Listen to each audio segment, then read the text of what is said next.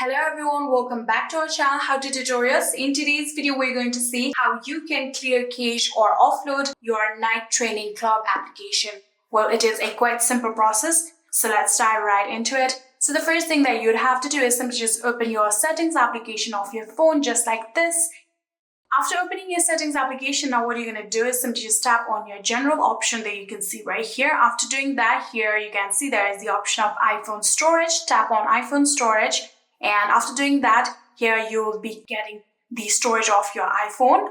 And just like this, here you can see all of the applications that is currently installed on your phone. Here you can search for Night Training Club application. You can tap on Show All and simply manually search for Night Training.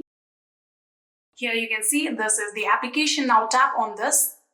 And after doing that, simply just tap on Offload App. And again, tap on Offload App. And just like this, here you can see you have now successfully cleared cache in Night Training Club. And yeah, that is it. If you want to reinstall it, you can tap on Reinstall App.